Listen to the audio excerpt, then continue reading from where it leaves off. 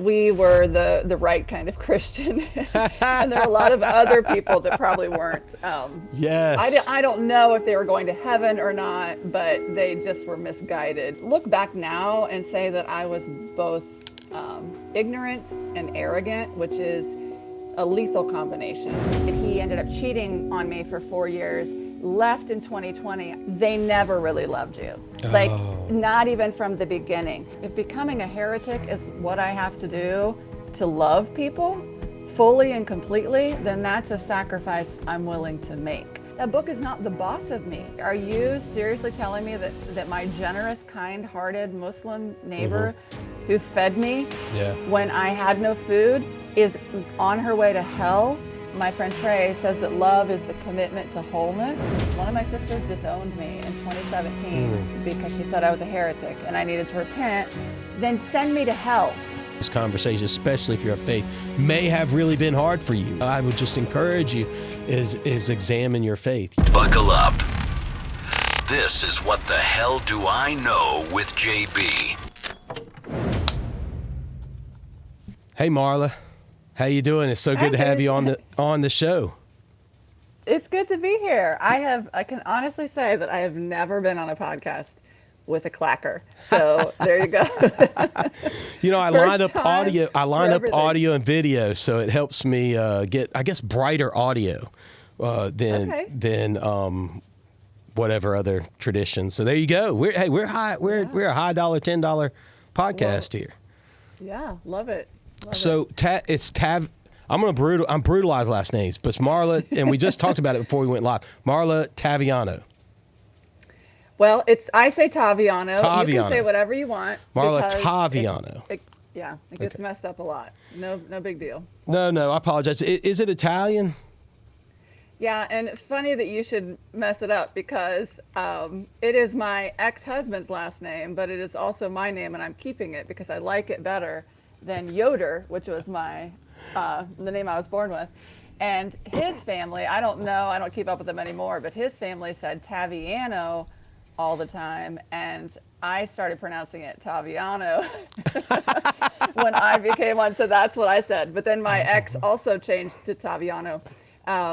So yeah, it's Italian. I am not Italian. I understand. I want to dive into your story because I think that you have a very unique story. I know you're writing a new book.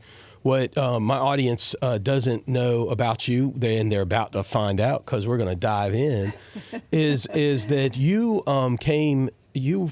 grew up. I'm assuming you grew up in the church. Absolutely. And you then married in the church. You also wrote books that were guiding women in the church, guiding women into marriage and marital relationships in the church, a missionary overseas, and then at some point, you started questioning a lot of things. And so I want to dive into a little bit of that. What church did you grow up in? What denomination was it? I want to make sure that if you like what we're doing, I mean, again, hit the like button, hit the subscribe button. You wouldn't believe that most of you, and I see it because you'll comment and you don't even realize that you haven't subscribed to the show. It is a free way to support what we're doing and the content we're putting out. So make sure that you hit that subscribe button right now. It was non-denominational. Okay. I've also attended Baptist churches. It's pretty much Baptist-ish. Everything is Baptist-ish. Baptist light, Baptist heavy. Well, especially if you're in the South, right? Because you're in. Well, are you in North Carolina or South Carolina? This is Green, South Carolina. I'm in Columbia, South Carolina. Okay. But I lived the first 39 years of my life in Ohio. Oh. So I'm not a Southerner. Okay. Okay. So yeah, I'm from Ohio. Ohio, right? I mean, yeah, if you're a Buckeyes fan, which I'm not, but yeah, we got that a lot. Yeah. Well, as you can tell over my shoulder, I'm a Georgia Bulldog fan. So my wife and I both went to the University of Georgia, and so our allegiance and football allegiance lies there. And we are from the South, so I feel like we're obligated to love football. just because Well, college yeah. football, because we're from the South. But so in Columbia, you're there in the home of the Gamecocks. So college town there with South Carolina. We're known for our women's basketball, not our Yeah. men's football. Well, we know that. We know that. We're a Georgia Yeah, Bulldog. Yeah. But Marla, so you grew up in Baptist. I grew up Southern Baptist, which was very interesting. And my mother, she grew up in a church that was Independent Baptist. And in fact, the same church, and it was a small church called Faith Baptist Church, and very small church. Pastor Pyle was their pastor. I don't know if they had 100 people there in their church, but one of them was Philip Yancey, who has been all over the news lately, huh? And so I wrote a Substack post about Mr. Yates. yeah, there you go. My mother and her sister were in Sunday school with Philip Yancey and high school with Philip Yancey, and he writes in his book, The Jesus I Never Knew. He writes about growing up with the felt pads and all this, and it was their Sunday school classes. So, but Independent Baptist was long skirts. No movies, no dances, very strict, And so when she put us in First Baptist Church in Jonesboro, Georgia, she thought, like, this is the most liberal church I've ever been to, And so she thought, I'm breaking my kids free, and little did she know, though, that there were all these strictures around that. Marla, so you were so deep into it, though, in your writing and things like that. What's that like to go down that road in that world, to really be a Christian minister? Make sure you support my boys here at floors.com. We're in their studio right now. That's FLOOR. Z.com, baby. Floors.com. They will take care of all your remodeling and new build needs. Floors.com. Check them out. Tell them the Jabroni sent you. So I got to tell you about my friends over at True North Pest Control. True North Pest Control, they take care of all them critters. You got palmetto bugs, they take care of them. You got ants, they got you. You got bugs little flying around, they'll spray for them. They clean out all the cobwebs. They're all over Central Florida, here in the Emerald Coast, and then the whole state of Georgia. Check them out, TrueNorthPestControl.com. They are your pest control superheroes. Okay, so let me back up, and I Okay. can give an abbreviated version of my story, and then you can just tell me if you want to hear more about anything. But when you asked if I grew up in the church, yes, I was born. I'm 50 years old. I just turned 50 on Halloween, so I was born on a Friday in 1975, and I want to say my mom probably didn't go to church that Sunday, but the minute that she felt good enough to go to church, I was in church. And I was in church for Sunday school and Sunday night church and Wednesday night church my whole life. So church was everything to us. When you talk about all the Baptists, I can't really keep them all straight. And I didn't go to a Baptist church until I was an adult. A Grace Brethren church, that's the one that I grew up in. I sometimes forget about that denomination, and I don't even know what it means. Right. But I did know that we were the right kind of Christian, and there are a lot of other people that probably weren't. Yes. I don't know if they were going to heaven or not, but they just were misguided in several different ways, I'm sure. So I would say I look back now and say that I was both ignorant and arrogant, which is a lethal combination. And I thought that I knew everything, and I was very, very confident that I did. And when I wasn't confident, I faked that I was confident, or I figured out how to make myself more confident. But the good thing is that I really believe that I had a heart that was in the right place. I really believe that I loved people, and I really wanted them to go to heaven. I did not want them to go to hell. So I spent a lot of time talking to people about Jesus, my friends and different people, like maybe extended family members that weren't saved. I wanted them to go to heaven. Now, when I'm seeing all of this, like Christian nationalism and all the stuff that's going on now, I don't see love as the basis there. So if I had not woken up, I don't think that I would have gone this far because it wouldn't have aligned with love for me. And to Right. be honest, I have a poem in one of my books, and it's called Unbelieve, the book and the poem. And it says something to the effect of, if becoming a heretic is what I have to do to love people fully and completely, then that's a sacrifice I'm willing to make. So that's why I ended up deconstructing my faith. People say, oh, you just wanted to sin. I did not, and I still don't. And my view of sin is a lot different now. My Sure. view of sin is more about, are you harming your neighbor, not are you going to an R-rated movie, are you saying a bad word, are you whatever. Right. So I was all in. I mean, were I have always baptized in been, yeah, I have been an overachiever, very ambitious my entire life. And my Christianity was no exception. It really was everything to me. So I started reading when I was 4. I wrote poems when I was little, and I got to go to a writer's conference in 5th grade. So that was always my thing. When I graduated from high school, I didn't know that writer could be a career path. And so I just knew I didn't want to be a teacher. And I decided to go into nursing. So I went to Cedarville, it was Cedarville College at the time. It's now Cedarville University, super conservative Christian college in the cornfield in Ohio. And I majored in nursing, got a nursing scholarship. We were on quarters back then, and 2 quarters into it, I had my first nursing class, and there was a video, and there was blood, and I couldn't look. And I was like, oh, this may not be a profession for me if I am so squeamish at the Oh, sight of wow. blood, because I heard there's some blood when you're a nurse. So I switched to elementary education. I did become a teacher.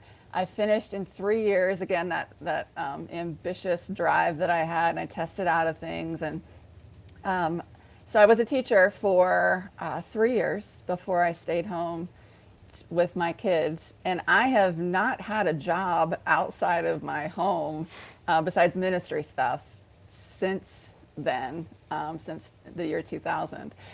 But I met my now ex-husband at a church camp.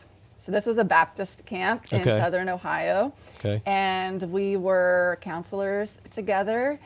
And looking back now, so I'm writing that you mentioned, I'm writing a book. I'm writing a memoir about my marriage. And I have in my possession 165 letters that the two of us wrote back and forth to each other while we were at camp. Oh, Then when we wow. were at our separate colleges. Then while I was student teaching in Japan. Then when we were at camp again, separate colleges again, and then we got married. So 18 months after we met, we got married. And I'm seeing a whole a whole lot of red flags that I ignored or didn't see before Marla, so I got married. So when you tell me you have 165 letters, is that right? 165 letters that you are in possession of, and this is some from him and some from you. You have both ways. Yeah. Yours to him and him to you as well. Yeah. What do you think the percentage of the writing is, his letters and your letters? Is it 50-50, or is he love bombing or you're love bombing, or which way is it going? It's pretty much 50-50. Okay. He was definitely love bombing. I see that now, and not in a good way. Well, that's what I was going to ask. because, What's the red yeah. flags? Because, we've got young people that Oh. listen. My audience is like 18 to 44. So there's going to be people that are listening that Yeah. it's very interesting that you said there's red flags that jump out at. What are they? Okay, I'll tell you what they are. So he was, so when we met, I was 20 and he was 19. And he was athletic, handsome. He played soccer in college. And he was kind of like a bad boy. I thought he was very attractive, but I knew that he was not for me because he was not spiritually mature. Like I could pick up on that right away. And so I even, to the point where we joke about this now, but I called my mom. You could call your parents on the weekend. And it was almost time for the high school week of camp. And I told my mom on the phone, listen, my brother Josh is coming next week to camp, to high school camp. Whatever you do, he cannot be in this Mr. Taviano's cabin because this guy is so immature. Josh is not going to have this as spiritually enriching week at camp. If he's with him, it's Oh, going to wow. be a complete bust. Like he's Wow. nothing. He takes nothing seriously. I don't know why he's even a counselor. Do not let Josh be in his cabin. Well, Josh was in his cabin, and yeah, that's that's what happened. So I knew this about him. However, he liked me, and I found this like kind of irresistible. I tried to resist it for a while, and I try not to say his name very much, like in public. Just Sure. everybody, you can look it up, you know who it is. Sure. But his name rhymes with Babe, so Gotcha. everybody was like, this guy, I could call him Dave Yeah. the Babe. So this Yeah. guy liked me, and Yeah. he's pursuing me, and I'm like, oh, I don't know, but he's so immature. So these letters from the beginning, even before we started officially dating, it's pretty much me saying, yeah, I don't know about you. You don't take God seriously. I need someone who is passionate about God, will give his whole life to God. So I was feeding him what I wanted from a guy. And then he would feed it back to me. Oh, yeah. Oh, I do love God. I do want that. This is, and he would just say it. And I don't know if I realized that's what he was doing and I just didn't care because he was so cute, or if he fooled me. And I Yeah. thought, oh, look how deep he really is. Like he really does care about all of these things that I care about. So the letters at the beginning are a lot of that. And then they continued in that, like when we started dating. So it's me just writing all of this stuff that I really truly believe about God. I want God to use me. I want us to put God first. Like pleasing God is more important than anything in the world, blah, blah, blah, blah. Right. And then he would just echo that back to me in his own words. And I would think, yes, we are on the same page, like literally the same But he page of was our letters. echoing back your exact same words. So he was on your page, Yes. but not in his heart. But it came from me. And Yeah. that became a trend. That was the pattern in our whole entire 22-year marriage. Did you ever find these moments that you would, early on? It sounds like you had a lot of separation though early on. So in this courtship that was happening was a long distance courtship. Were there Yeah. times that it would cycle through where you would kind of see him falling away and you go, oh, that's the real him, and then he'd come back and kind of, oh, no, I just messed up, or I slipped up, or I hung out with my friends too long, or maybe it wasn't, I don't know how deep his, I guess maybe you call it a deception at this point was. Yeah. Well, the thing is, I think that the separation, the long distance relationship, I think it was really a disservice to us because I didn't get to see him on a daily basis. I didn't get to see what he was really like day in, day out. I got to see the letters. I got to see the phone calls at night. I would go visit him, like his mom and his grandma and I would go to his soccer games. Like that's all that I got. So it was very easy for him to put up this act because he didn't have to do it constantly. And as far as I know, like now, so my story goes on that, Yeah. that he ended up cheating on me for 4 years, left in 2020. I didn't find out about the cheating until after, like 4 months after he had left. So I can't say with certainty that he was not doing things or deceiving me in other ways during our marriage. I Sure. don't know that. Sure. But I'm pretty confident that he wasn't out there drinking, smoking, cussing. Like he had these moral standards Okay. that I'm pretty sure he kept. Like we were both virgins, like at least I was when we got Yeah. married, and he told me he was. Right. So it wasn't so much that, it was just he was talking this big talk and he hadn't really internalized it. And the way Okay. I've come to see it is that I begged God every day of my life to use me. Like, use me, God, for your purposes, whatever you want. I'm like this empty vessel. Use me, use me, use me. And I meant that. Like, I just wanted God to use me. He used God for his purposes. So that's where we were different. He was using God to get what he wanted, and I wanted God to use me for God's glory. Yeah. And so that's where it came in. And then all these things that I'm realizing now, I can't I can't diagnose him with something, but I read a book called The Covert Passive Aggressive Narcissist at the end of last year. Sure. And I have never underlined and starred and annotated in a book more in my entire life. And I have read thousands of books, and I've written in most of them. And every single word, and even going back to the love bombing, then the devaluing, then the discard, like he left with just, I'm leaving, we're getting divorced, end of story. We never mentioned divorce one single time. Oh no. How many years of marriage? 22, almost 23. Wow. When he left. And just one day, I'm done. We're done. I'm gone. Yeah. And what I found this book called Runaway Husbands, and apparently this is a thing that husbands do, and they all follow this kind of same playbook. But what was painful to read about that is up until I read the book about the covert narcissism and the runaway husbands, I had believed that he loved me this whole time until some things went wrong. And that's what I was trying to figure out. We don't talk, and I don't have any answers. I don't know anything really about what happened and what's going on in his mind. But I thought if I could go back through I have 62 journals as well. So I've got these letters, these journals, and these books that I wrote about marriage. If I could go back and pinpoint what went wrong, when did he decide that he didn't love me? What made him decide to cheat? So that's what I was trying to do. Okay. But then when I read those books and I went back to the beginning with the letters and everything fit so perfectly. And again, I can't speak for him, but in most of these cases, they never really loved you. Like not even from the beginning. So there's another term, parasitic narcissist, where someone just, they use you. You're the host. Whatever they need from you, they're getting from you. And then once they've depleted you, they're gone to go find another host.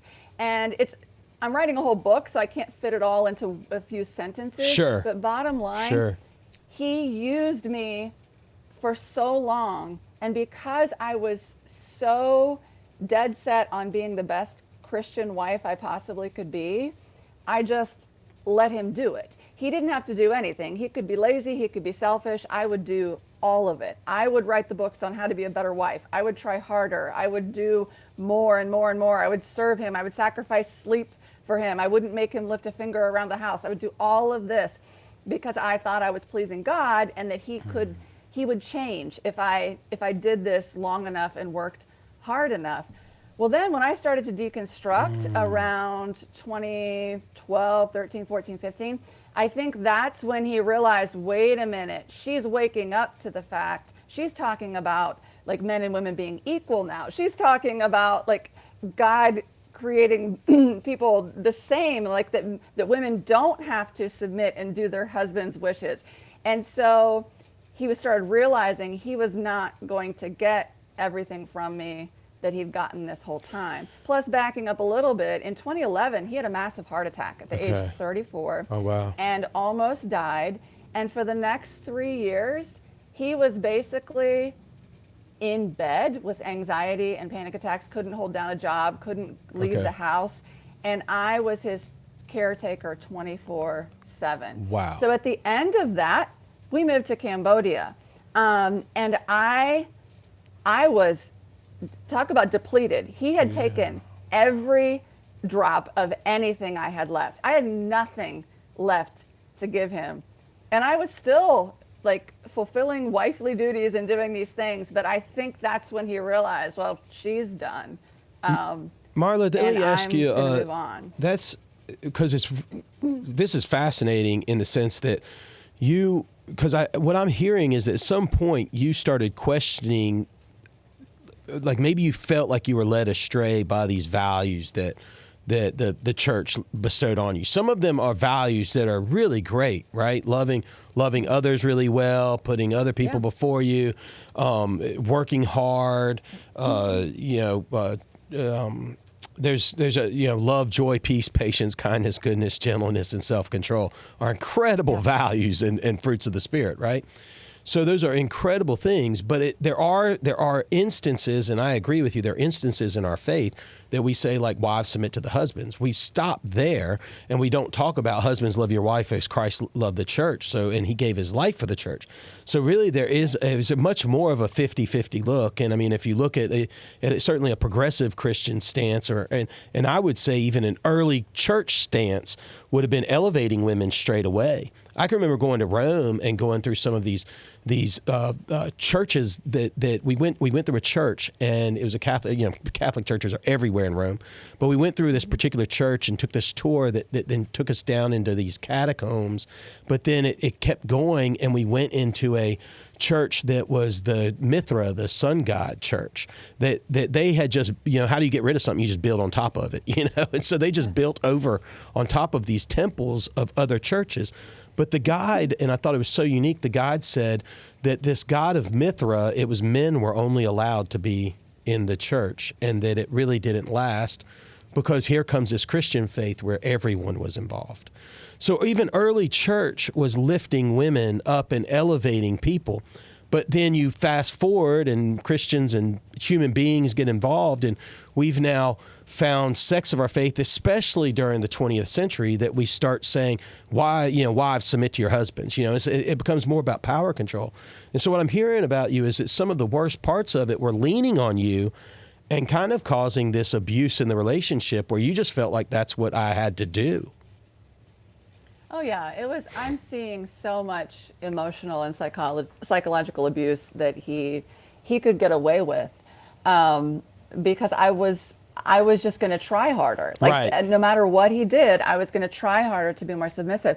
So I actually have these two books here, and you can see that I just reread them. One is called From Blushing Bride to Wedded Wife, and then Is That All He Thinks About How to Enjoy Great Sex with Your Husband. These are the books that I wrote in 2006 and 2007. And I read through this one first. I tried like 3 times to read this one. It made me physically ill to read and what I was saying. I wrote it. I wrote it 20 years ago. And I think I finally powered through this time. The thing that got me the most was that I had so much internalized misogyny. I was carrying water for the patriarchy, like you see these women in the Trump administration doing right now. Right. I was doing all of their work for them. And then I was going to women and being like, girls, stop being lazy, stop being selfish. Just because your husband won't help with the kids, or just because he won't help around the house, just because he's demanding, just because he says something unkind, that's no excuse for you not to give him sex when he wants. Wow. If you do this, then maybe he'll meet your emotional needs. Don't say no, he should meet my emotional needs first, and then I'll give him sex. I was You were parroting it. I was heartless to these women, including myself. And it's because of the way that I felt about myself, and I was telling it to them. Then I would go around to groups of women and speak to them. And then I'd have women say that their husbands wanted to buy me flowers because this book made their marriage so much better. Yeah, because they got everything they wanted, and they didn't have to lift a finger. Because there's nowhere in this book that I tell women, you know what, the verse in the Bible, and I don't have it right here in front of me, but there's actually a verse, I believe, that says submit to one another. Which is never brought up. No, it's only wives submit to your husbands. Right. And then the love, and then even that way that it's phrased, it's like, yeah, I'll love you, but you still submit to me. And so when you're talking about good stuff that you read in the Bible, yes, there's a lot of good stuff. It's also written in another culture thousands of years ago. Sure. And sure. For me, I made that decision. I finally came to that conclusion where I used to take every word of the Bible literally. Never mind that it's not in the language that it was written in. Sure. But I went from that to, guess what? That book from that culture on the other side of the world, written all those thousands of years ago, that book is not the boss of me. That book is not, if there's something in that book that I don't feel is helpful and I think is harmful, I'm not doing it. And so me waking up to that part of it came after I woke up to racism, to white supremacy, to homophobia, where I decided, wait a minute, my friend who has been praying that God would make him not gay Sure. every day for 30 years, Sure. and God won't answer his prayer. Are you kidding me? Sure. Like, how is this okay? Because I was told gay people are evil. They have this Yeah. agenda. They want to ruin everything. They hate marriage. They hate God. Right. No, I started meeting gay Christians Right. who were suffering every single day because they chose God over their sexuality, and God said you can't have both. Like you are, it's me or your sexuality. So all of those things were already changing in my mind, where I was like, I don't care now that the Bible says two men cannot lie with one another, or that's abomination. I don't care about this. And I also, before I got to the not caring, I went deep diving into the Greek, the Aramaic, history, all of this stuff. Like I have a minor in Bible. I read my Bible through for the first time, I think when I was 8. I have read the Bible from cover to cover over 100 times. I led Bible studies. I wrote Bible studies.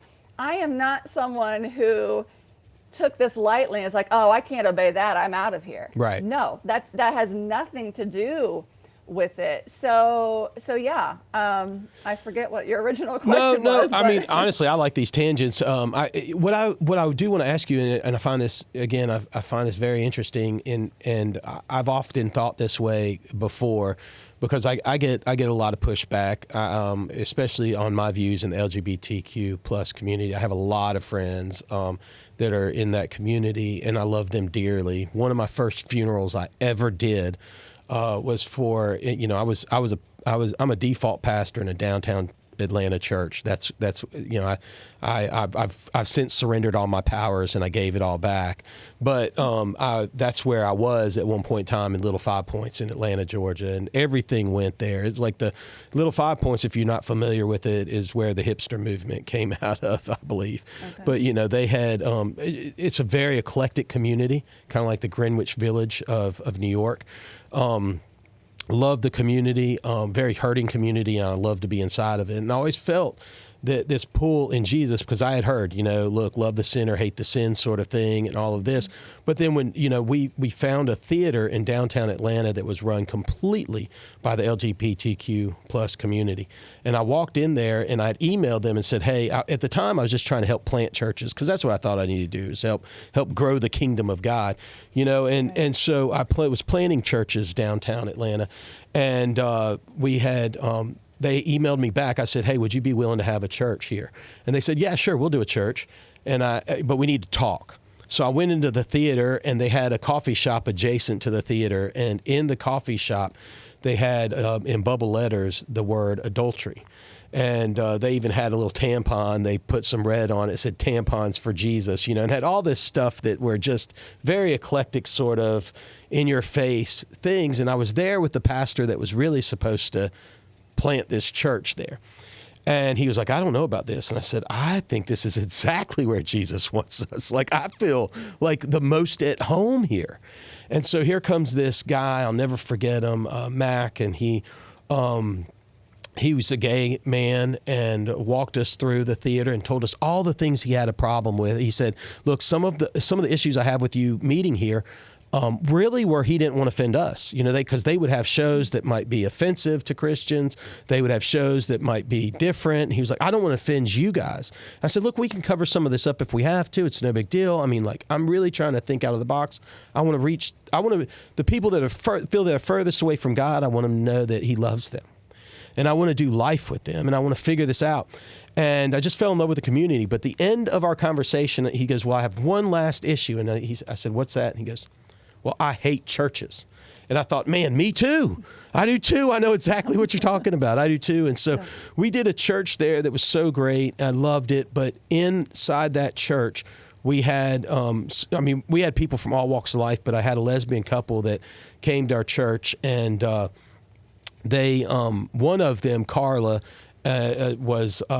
she was totally against coming to church because the church had done and I get it. The church had done so much to her and hurt her so badly. But her partner, and at the time we were doing this, they could not be married. It was against the law in the United States at that time for them to be married. So her partner was Myra, said she grew up kind of in Miami and around Catholicism, and she just had this longing to know her Creator. And she just convinced Carla to come. And before long, they started coming to our home and doing Bible studies with us and things like that. And again, I'm like super liberal in this world, but which bothers, I know, people in faith. I know if you're watching this now and you're listening to me, you're getting frustrated with me. But don't lean in, don't run away, lean in. At any rate, I'll never forget the day that Carla called me up, who, again, Myra's who I had the relationship with. She's the one that was leaning into her faith.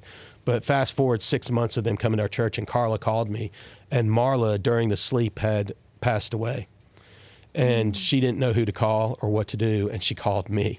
And I immediately came over there, and this weird procession, because what you don't know about the LGBTQ plus community is that they're ostracized most of the time, not just from faith, but from family. Especially if their family is Christian based, that there's a large portion of faith that cuts these people off, and so they create their own communities. And so as I'm sitting there, there's this wake of their community coming through, bringing them dishes, just like you would think a Baptist home would do. And you see this love and this outpouring that's coming in, and quite frankly, they're being the hands and feet of Jesus.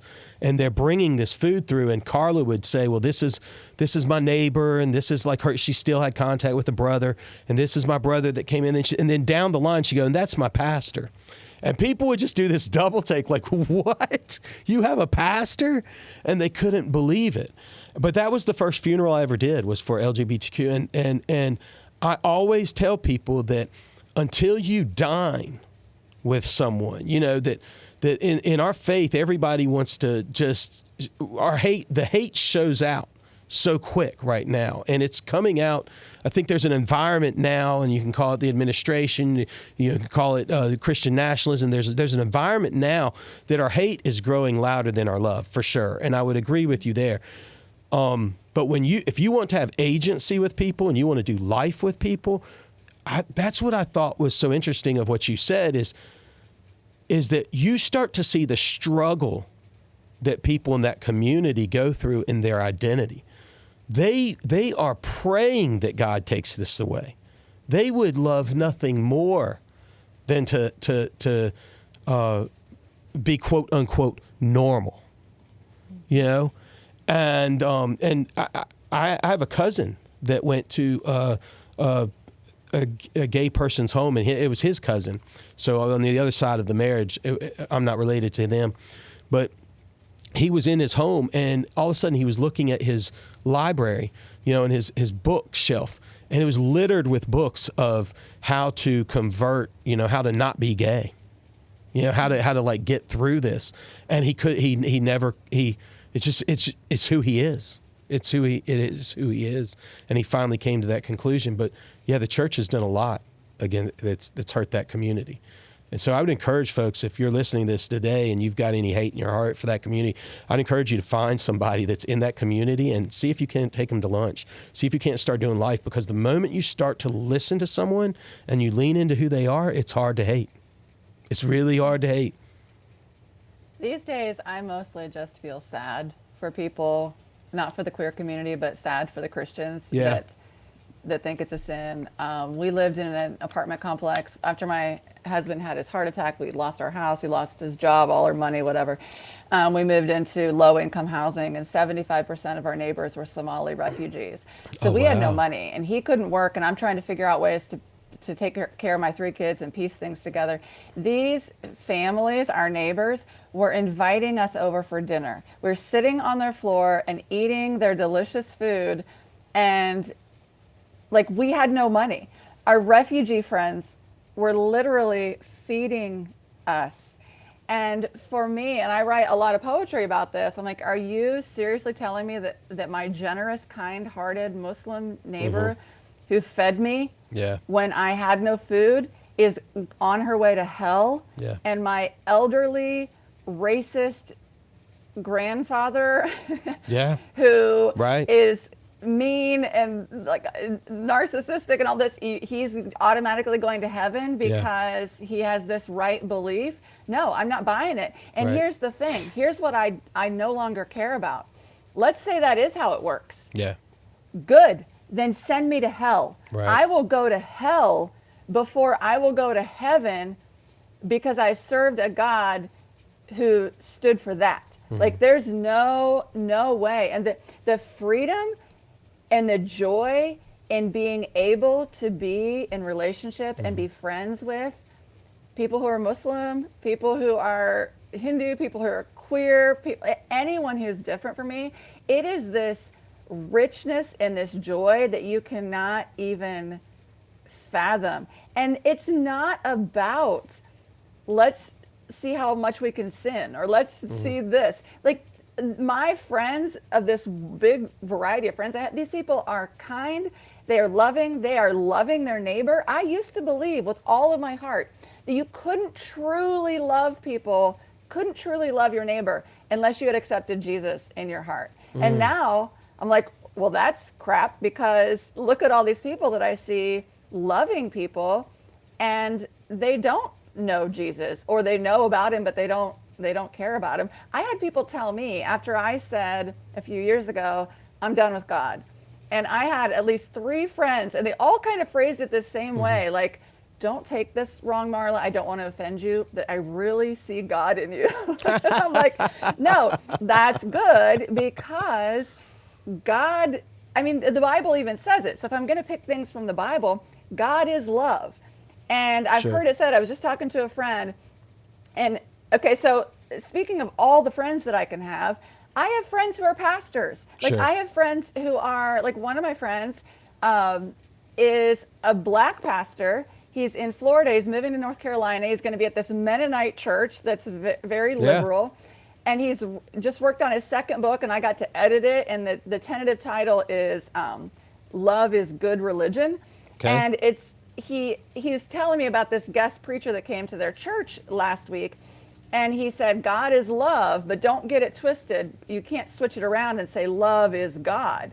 And my friend and I were like, actually, you can. Like, I feel like you can say that, because to me, it no longer matters to me what someone's specific beliefs are about something. I want to know, are you loving people? Are you causing any harm to your neighbor? And telling your gay neighbor that they're going to hell, to me, is harmful. And so I can't change people's minds and tell them, listen, I don't believe that gay people are going to hell. I can't change people's minds and tell them I no longer believe in hell. Like, I have read books with biblical scholarship that explain what hell actually means in the Bible and what it's referring to. I no longer believe in eternal torment, burning fire, because you didn't say, dear Jesus, I accept you into my heart. Amen. I don't believe in that.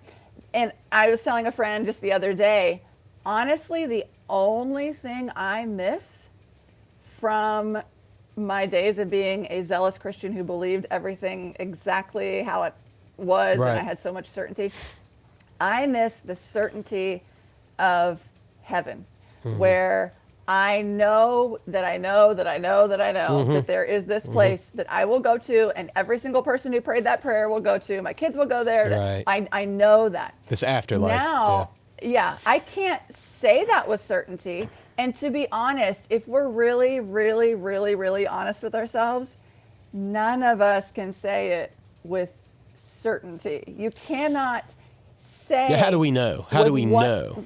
With 100% certainty that you know.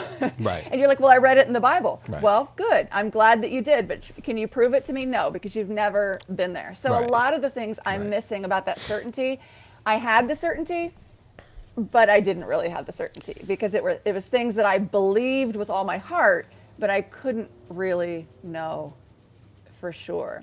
And so now if I don't know, and I can still hold on to that. I had a good friend recently, her brother died in a car accident last week. And she also went from being a Christian to more agnostic. And she said last week, I'm torn right now. Do I believe in the afterlife, like believe in Santa, or do I not? Because I really want to believe that he can hear me, that I'm going to go there. Like, and I said, for me, I'm choosing to believe that. Like, even if I'm pretending, I want to believe that my loved ones aren't gone from me forever. Well, Marla, so, there, of course, in our faith, it's rich with different versions. And it's rich with versions that transcend generations even. And I was talking to someone the other day, and there's a whole group of people in our faith that believe in universalism. In other words, everyone gets to go to heaven. I've spoken with, and I've been on the verge. I don't understand some of the scriptures that, when you dive into some of the scriptures and you look, like you said, if you go back to the context and the time and how it was written and who it was written for, there's many, many, many theologians that would look at scripture and read scripture that would say that the verses that we use to hold LGBTQ down, that they are, they are not being read right, that it's about rape or pedophilia, and it isn't about some of those things. So there are, believe it or not, factions in our faith that read differently than what we grew up in this Baptist world and things of that nature. So I tend to see some of that. I had a dear friend of mine. What's crazy is I did a wedding not too long ago for a dear friend of mine I've known for a long, long time. And the couple that I married, they asked me, and again, I had given up all my powers. I don't do weddings for people, but if there's somebody special that comes to me and asks, I'm honored to do that. And this particular, his daughter, who I've known since she was born, and I've known him since 4th grade, and we grew up in the church together, and we have lots of these conversations. But they asked me to marry him, and they asked me to share the gospel while I was marrying them, which I thought's a unique thing. Of course, they asked the guy that was the pastor in downtown Atlanta, the default guy. So I gave my version of the gospel, which is sincerely, I know what it's like to, I say this a lot, if I had gone through everything you've gone through, and if Christians had done the things to me that they've done to you, and if that person had said the things to me that they've said to you, or that crazy aunt or that crazy uncle at Thanksgiving said the things that they said to you, I would feel the exact same way you do. And I get it. But that there was a version long before that version that said, I want to practice the way Jesus lived. And they used to call it the way. And that's the version that I want to lean into. That's the version that I want to, Beth Moore, I saw an interview with her not too long ago, and she was publicly excommunicated from the Southern Baptist Convention, and has written, of course, incredible books that I think are great Bible studies that men will run from because this is a woman leading Bible studies, and it can't be a woman leading Bible studies. And it's a tragedy in the way that went down. But she was famously excommunicated from the Baptist church, and it's painful. But she said that she had been far too long on this walk with Jesus to throw the baby out with the bathwater, Yeah. Beth Moore is someone, okay, so years ago, I'm still friends with her daughter, but I was friends with her daughter. I went down for this Bible memory conference that Beth had, where you memorize all this 55 verses of scripture or something, Sure. I don't know. Sure. And so I stayed at her daughter's house and then got to have lunch with Beth, which was so great. But I did so many of her Bible studies over the years. And what has always pissed me off is, even before I deconstructed, is that woman has studied her Bible and is smarter than 99.9% of the men who are going after her. Agreed. And it's infuriating. It's Agreed. I knew this elderly gentleman, I won't say who he is, but he was very racist, and he would say something about a black person, about them being ignorant or something. And this guy, like, his grammar was atrocious. He couldn't, like, he's such a complete hick, like, in the middle of Ohio. And that, like, racism infuriates me anyway. Sure. But when people who are going after other people who are, like, objectively smarter right than they are, just because, I mean, in most cases they are these white men. Like, it's you can't, in this country, in this place, you can be so much more mediocre as a white man and rise so much higher than you can as a black person, black woman. There's a lot of truth. There's a lot of truth to that. I know. I am very familiar with my privilege. You know, there was. I totally agree with you, Marla, that there's a leg up, especially in our country, but really around the world, for sure. For sure. And here's the thing I'll say about white men, because people have said to me, "Oh, so do you hate all men then, or you think this?"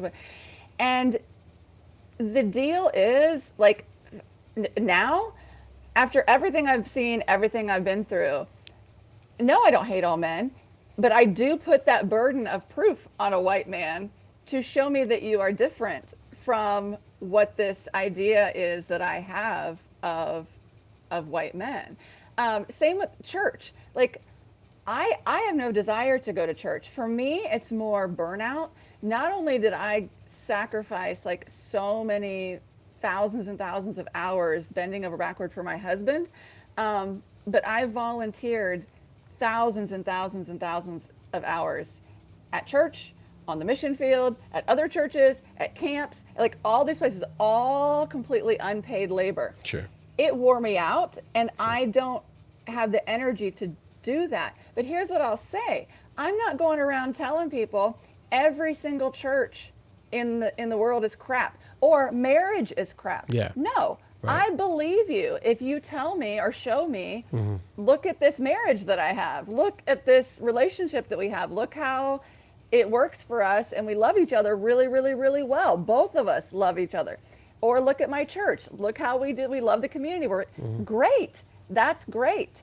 I'm saying, as a whole, you have to, like, show me that, or else, I mean, Christians are getting a bad rap in this country with very good reason. Well, rightfully so. Yeah, rightfully so, Yeah. Marla.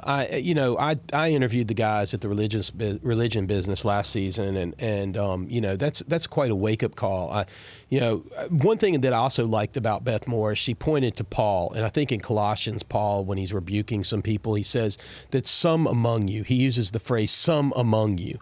I love that "some among you," and I'm stealing this now because, well, I can paint with broad strokes, or I can just say something nice to the Christians in the American church, that some among you are doing this. Some among you are, and we've created a breeding ground for narcissism and bad behavior in the church because, and I don't know if you know this, and listen, folks that are listening now, this may be very volatile for you or controversial, but it's just the truth that a normal 501c3 has to fill out forms that say this is where the money goes. In America, if you say, I'm a church, that's it. You're done. You get a 501c3 and you don't have to turn in any forms. And so without transparency and without accountability, you have a breeding ground for the most so you get somebody that wants power, oh, he can get it. And then all of a sudden you have, these, we look at the Kenneth Copelands of the world that have their planes and their things, and we look at the Creflo Dollars and all of these guys. Those are easy targets. Quite frankly, those are easy targets. I would encourage you to look at your non-denominational church right down the road from you and look at that family and say, like, where's he living and how's that going? Because I know a number of churches and a number of pastors that aren't nearly on the airwaves as some of these guys, and they may not have the planes, but they have several houses and they have property that's bought in the church's names and radio stations in the church's names, and they're taking clothing allowances in the church's names and housing allowances in the church's names, and then a salary on top. And none of that is transparent. And so And the abuse is riddled. Every other day, we continue to see another youth pastor that's abused somebody. We see another pastor that's abused somebody. And so, look, again, some among you are not representing Jesus well at all. Yeah, I read a meme recently that said something to the effect of, they warned you all about the evils outside of the church to distract you from the evil they were doing inside the church. Yeah. And it's that was my experience. Yeah, and so when people tell me, like, if I speak out against conservative evangelical Christianity, the things I find toxic about it, I get a lot of pushback. Sure. Not all Christians, not all Christians, not all Yeah. men, not all this, not Sure. all that. I'm like, listen, I didn't say all. Right. And Right. I am not going to, every single time I point something out, tell you the list of all the good things that the Christians have done. Right. If you want to list Right. all the good things, I spent 40 years of my life listing all the good things Sure. that Christians have done, and now I'm pointing out the harm. I want to read something really quick. When Please. you're talking about Paul. Please. So I have a lot of poems about Paul. Paul and I, yeah, he's a fun one. One of the But biggest this one- authors, one of the biggest authors in the Bible too. So you know he's got a lot there, and he's got a lot of problems too, for sure.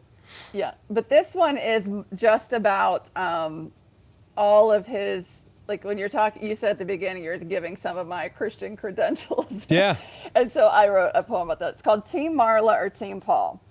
Here's why you should listen to me, Paul said. Circumcised on the 8th day, tribe of Benjamin, Hebrew of Hebrews, as to the law, a Pharisee, a persecutor of the church, as to righteousness under the law, blameless.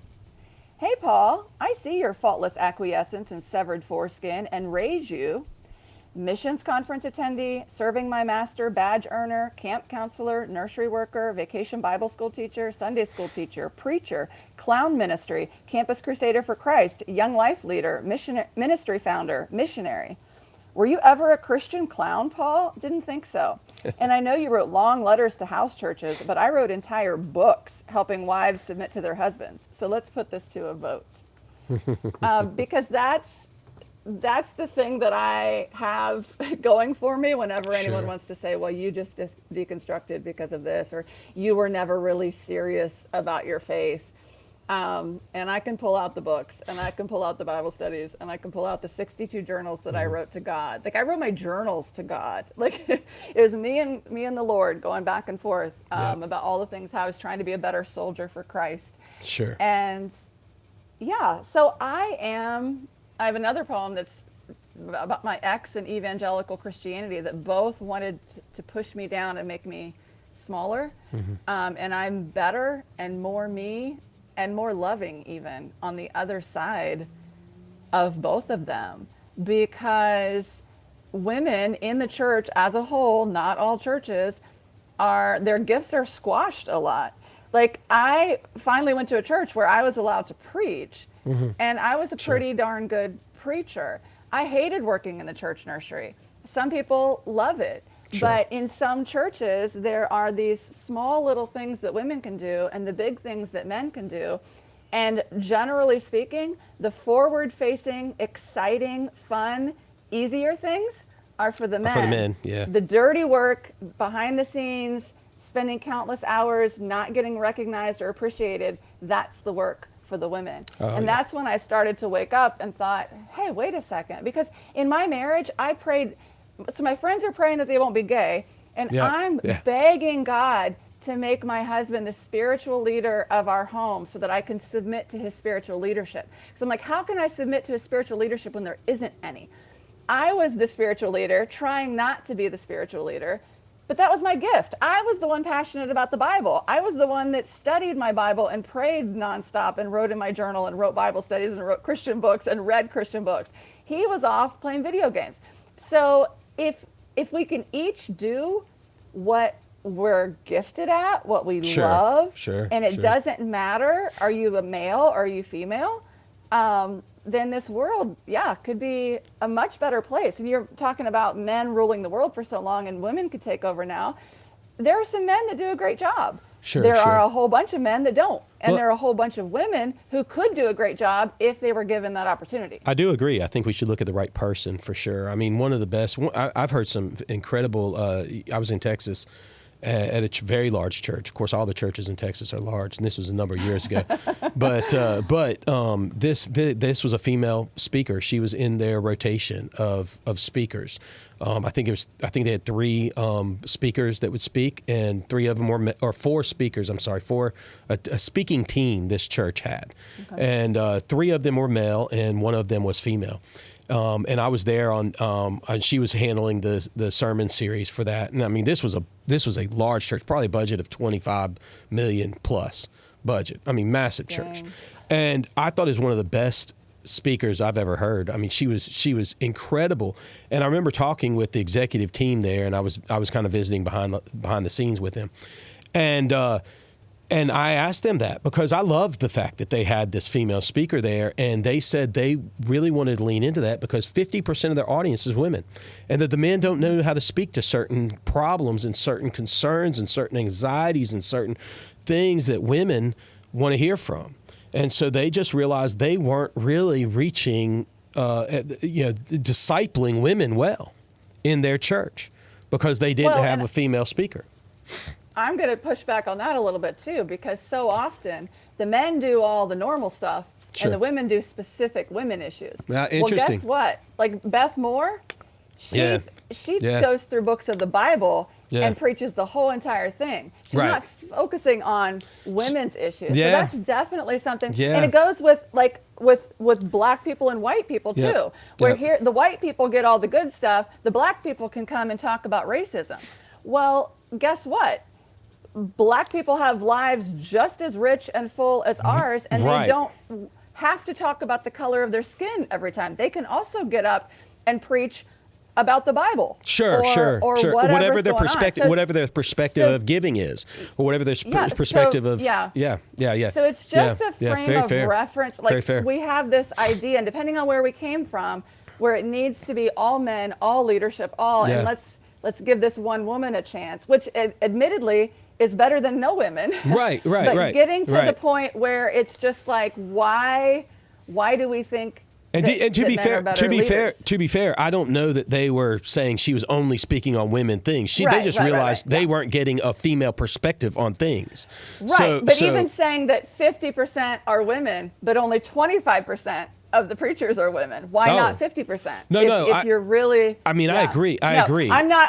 I agree with I'm you. not bashing you at But- all. Yeah. I agree with you, and I also think again, some among us, we've got Yeah. a lot of problems in the church, and and for me, again, controversial or not, my wife and I made a conscious decision years ago, to stop giving to the American church, and we stopped doing it. Quite frankly, I have a hard time going to church, in part because if I can't sit in a church and my LGBTQ plus friends feel comfortable, and if I can't, so I tend to do things in home church. And I got in a really tough argument with a friend one time that was like, well, what would you have us do?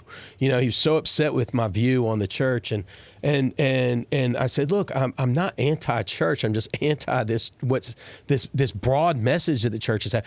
I said, it's again, it is becoming more about what we're against than what we're for. Yeah. And I don't appreciate it.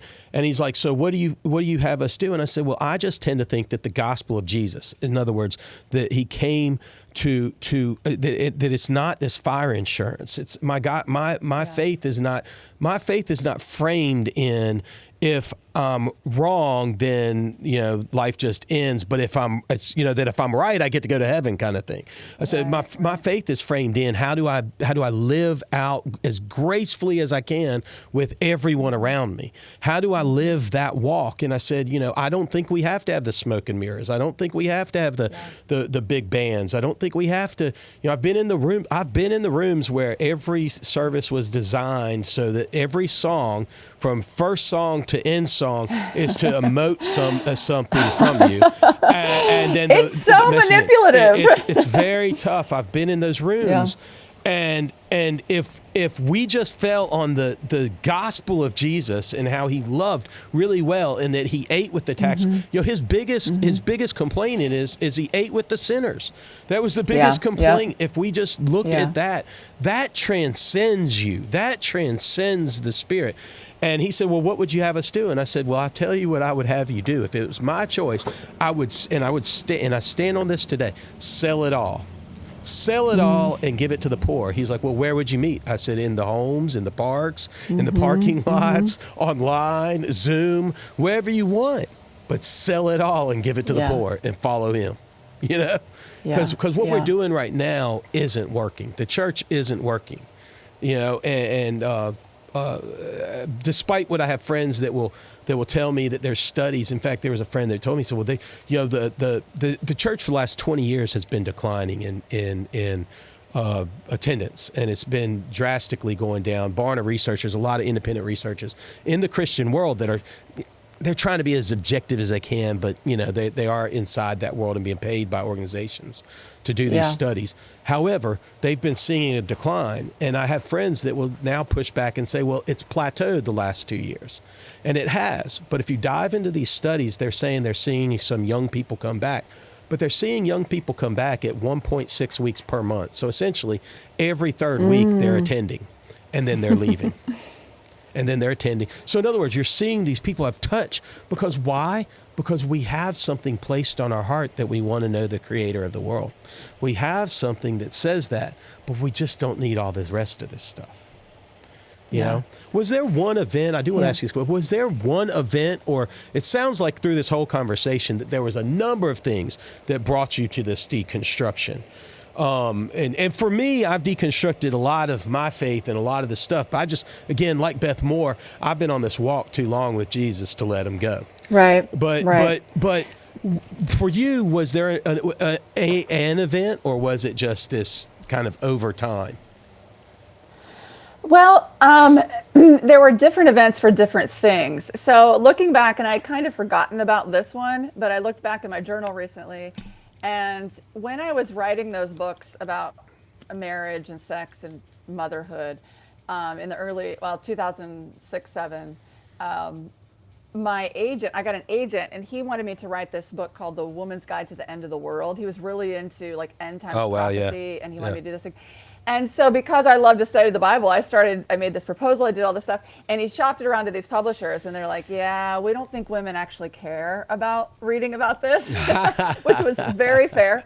But during that time, the more I studied about what the Bible actually said about the end of the world, I was like, wait, so where did we get this idea of the rapture? And where did we, like, these different ideas that I had didn't really fit. And actually Beth Moore, a Daniel study that I did, and she's talking about dispensationalism and all these words that I did not know, and she's teaching me all this stuff. And I was like, oh, now I'm kind of questioning that a little bit. And then in 2009, I was at the pool with my kids reading a book called The Hole in Our Gospel.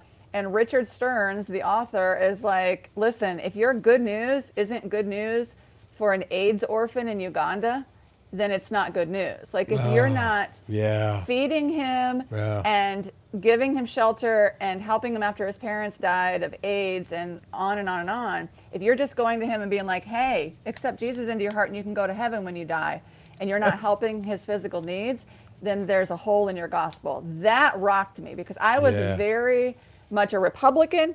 I heard like Democrats to me were talking about loving the poor and socialism or social justice. And I'm like, no, only the gospel matters.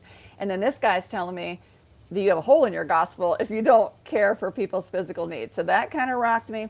And then in 2012, when Trayvon Martin, a young black man, was killed in his neighborhood, Florida, and we had just we had helped a black friend plant a church, a black pastor friend. And one of my new friends at the church, who was black, said on Facebook, why are none of my white friends talking about Trayvon Martin? I didn't know what she was talking about. I start looking up this stuff. I start talking to her and other people. Didn't know anything about police brutality, mass incarceration, like all of these terms. So I started learning, and that was what started me on this journey. In 2017, I started an Instagram account called White Girl Learning, where I read books only by Black, Indigenous, Asian, Latinx authors, because I'd read thousands of books, but I didn't realize they were almost all by white people, and they were almost all by white Christians.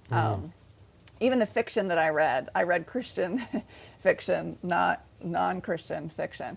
So those are kind of the things. And then as far as like becoming queer affirming, that was gay friends who were also Christian that got me to realize, oh, maybe something's messed up. And then again, I would read books that dove into those 6 verses in the Bible that talk about homosexuality, what it means. The word homosexual or homosexuality wasn't even it was put in the Bible in 1946 in one of the versions. I watched a whole documentary about that. So I none of this, I didn't take any of this lightly. This was all serious stuff. I was not going to mess this up. Like I never planned to walk away. But I was only going to change my mind about things if I had irrefutable evidence.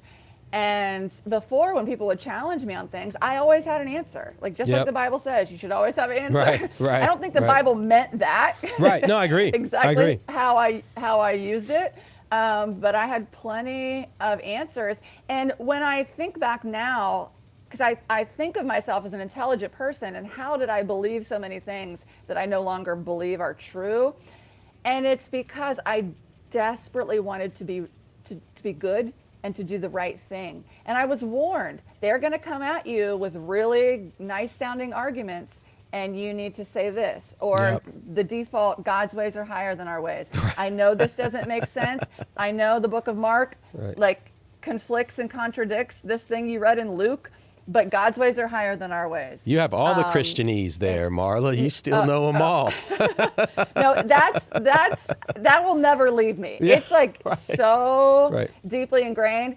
Like a couple of weeks ago, I went through to see how fast I could say the books of the Bible in order, because I had to learn them, like memorize them when I was a kid. And I could still, like the whole entire thing from Genesis to Revelation, I could say the whole thing. Can sing all the songs. I know all the verses.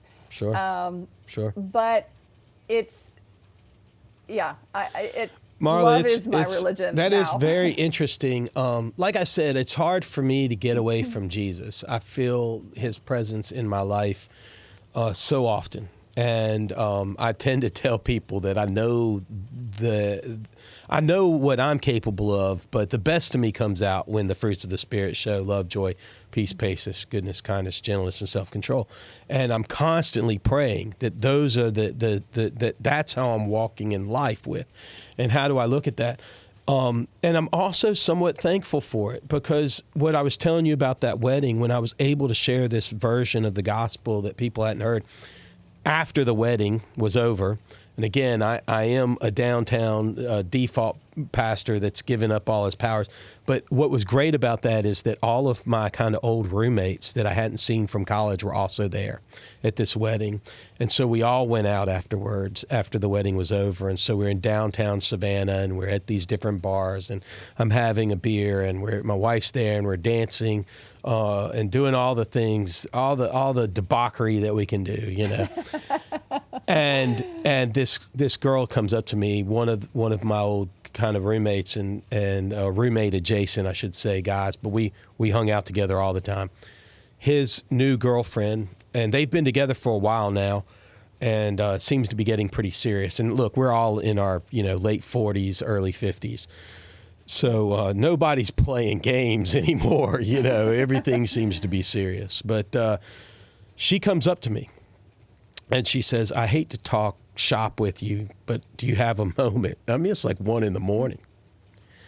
And I'm like, well, again, there's no shop with me. I'm like, I've given it all up, but I love to talk Jesus. So let's sit down. So she pulled me aside and she told me a story about her brother who's gay, and about another brother that really went at him and told him he was going to hell and all this, and how should we respond, and what all these things. And so I end up having this, just quite frankly, this remarkable conversation about how she is allowed to accept her brother, and she's allowed to accept her bigoted brother and love him too.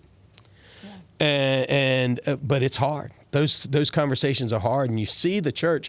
Unfortunately, I see the church again ripping families and ripping friendships and doing things, and we're in a very divided way. And so I would just encourage you, again, listeners, if you're out there and you're listening to this, and I know if you've gotten this far, this conversation, especially if you're of faith, may have really been hard for you. And hopefully, and I'm sure you've probably been yelling at the screen at certain points, or yelling in your car, or telling us how we're wrong, or this or that or the other. But I would just encourage you is examine your faith. You can only keep your side of the street wrong, and examine your faith. And because I posted this the other day, I don't actually believe it's progressive Christians and agnostic people or conservative Christians. I don't think we're pinned at it.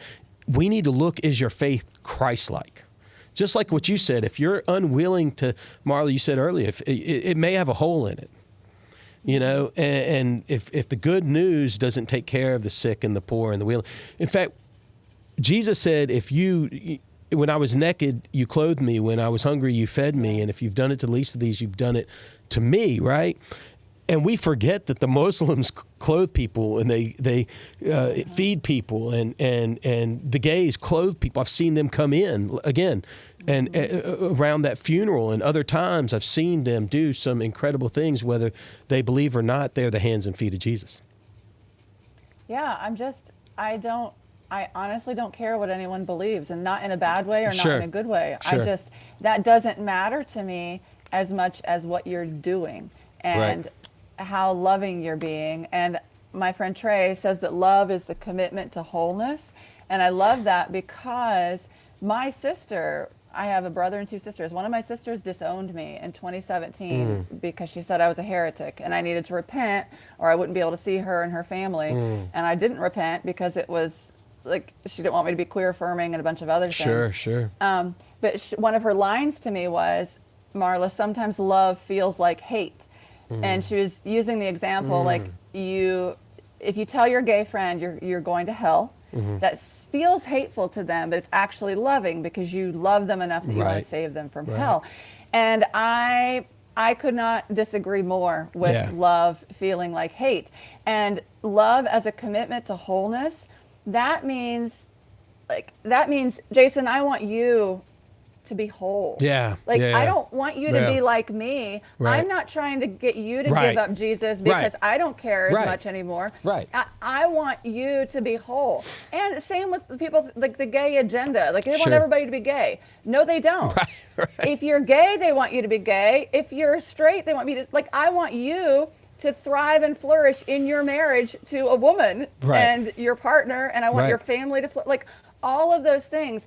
Being committed to someone's wholeness is so much better and purer, and I believe it's what Jesus would do, because I have nothing against Jesus. My only thing is, for me personally, there's nothing that I can't do without him. Like the things that he says, the way he talks about, I can do that without reading my Bible. I can do that without even knowing, like my Muslim friends live like Jesus without reading the words that Jesus said and then doing them.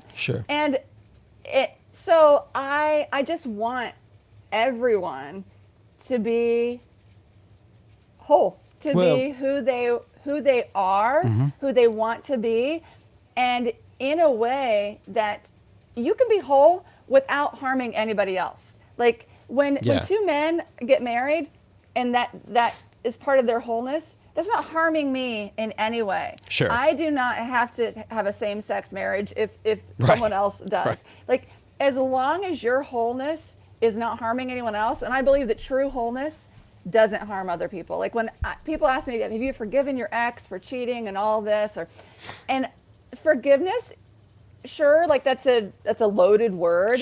But for me, I pray for his wholeness. Because even though he did many, many terrible things to me, I want him to be whole. What I know a secret though.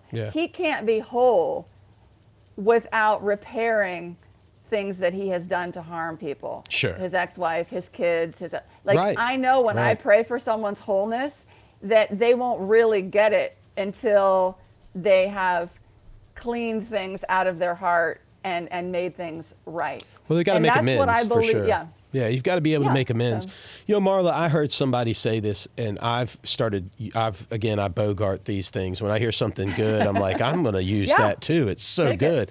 But I heard somebody say this, and they said that if they slide into heaven, the end of the day, and there's this big judgment zone that we all say there is, and Jesus pulls them aside. So in other words, if I get to heaven and Jesus pulls me aside and he says, hey, listen, when I told you to love people, I didn't mean you were supposed to love them like that. And you went way too far with how you treated gay people. You went way too far with how you treated people of other color. You went way too far in how you treated people of other religions. And you gave way too much grace and way too much love. And I'm sorry, I don't know you. Well, then I'll just have to live with that. Yeah. You know, Same. I'll just have to live with that. I don't Yep. believe that's how it's going to go, because I have real qualms with the way we do look at things, in the sense that this eternal God has put on a finite body in a finite world that is so complex and so hard and so chaotic and so many views and so many things coming at you. And that if somebody, you know, and geographically I was born in India, I would, you know, most likely be Hindu, you know, geographically, if I was born somewhere else, that world, that person's just, you know, I have a lot of questions for God, and I'm certain when we get there, there'll also be a lot of surprises. So I, like you, have hope that there is a heaven, and that I have hope that there's a lot of surprises in it. You know, that's my hope. Yeah, people, I think, are angry, pissed off the most often in the Bible at Jesus when he's not harsh enough with people, when he's not Right. doing things, like he's not punishing them enough. He's Right. letting them get away with things. 'Cause we He's want letting them get away justice. with breaking the rules. We want justice. They're just, that's what it is. Yeah. He's loving Yeah. people too much. Yeah. And so Yeah. when you talk about eating with sinners, I have Yep. another poem that talks about that. I'm like, have you been accused Yep. of loving sinners too much? Sure. Then you're more like Jesus than the people that are accusing you, because Sure. Jesus was also accused of loving sinners more than he should have, and he did not care one bit Yeah. what about that. So I got a few questions I want to ask you. I know we're coming to the end. One, I do want to circle back on your marriage. You know, when it fell apart, one of the things I want to know is, like, where did you turn to get help and to find community? I know you've gone through this deconstruction, but where did you find? Because I know there's probably women today, maybe even some men today, that have a relationship that's fallen apart. They're listening. Where did you go to find help? I already had a big community Good. of people around me Yeah. who I've been online for like since 2011 maybe, but that used to be like in my conservative Christian days Sure. that I was talking about my books and stuff like that. But I had a community of people in 2008 and 2009. My family of 5 went to 52 zoos in 52 weeks, Oh, my and we goodness. stayed with 31 different families. Most Okay. of them we'd never met before. So we're like doing this pioneering kind of thing. Yeah. So I have met so many. There's a cat behind me. That's great. That's great. She balances up there. I don't know why she likes it so much. Beautiful. But I've met so many online friends in real life. So I've got in real life friends now all around the country and around the world. Sure. My family, so my sister disowned me, but when we moved back from Cambodia, that sister lives in Ohio along with my parents. My other sister, who didn't disown me, lives here in Columbia, and I have Okay. a brother who lives in Raleigh, North Carolina. Okay. So they were there for me. My friends were there for me. My kids were there for me. They were they were teenagers at the time. So yeah, that was my. So you had a the community. people. So really just lean in on that community. And I guess you just have to Yeah. come to terms. What I'm hearing you say is you have to just come to terms with and that's got to be painful when you have a sibling, somebody that close, that disowns you and won't talk with you because of how you see faith. But it also sounds like you probably lost some friends along the way too, here and there, that you just have I to get did, comfortable with, I guess. But what I have said, and this might not be very kind, and I don't care. Mm-hmm. There is literally one person who left me or disowned me because of my changing beliefs that I care about, and that's my sister. Yeah. Like one person. Yeah. Anybody else, bye-bye. See you Yeah. later. Right. I don't care. And I was lucky. I'm lucky in so many ways, even through hardship and stuff. This happened to me when we lived in Cambodia. So we're already on the other side of the world. Like I was not in a church community Okay, when yeah. and I got excommunicated or Right. lost all of that. I Right. have lost things as that went on. But then we moved back at the beginning of the pandemic, and everyone is freaking out because they wear masks. We wore masks all the time in Cambodia. Gotcha. And then they're like, we can't see our friends in person. I'm like, I just lived on the other side of the world and was like FaceTiming my friends Right. for 5 years. And so there was no really culture shock when we moved back in March of 2020 because the United States was in shock. Gotcha. And we weren't. Gotcha. We were like, Gotcha. oh, this is okay, cool. We'll just slide right in here. But it has taken time to build up in-person community here in Yeah. Colombia. Right. Because when we first started, it was the pandemic. We weren't I was just only seeing my sister and her family.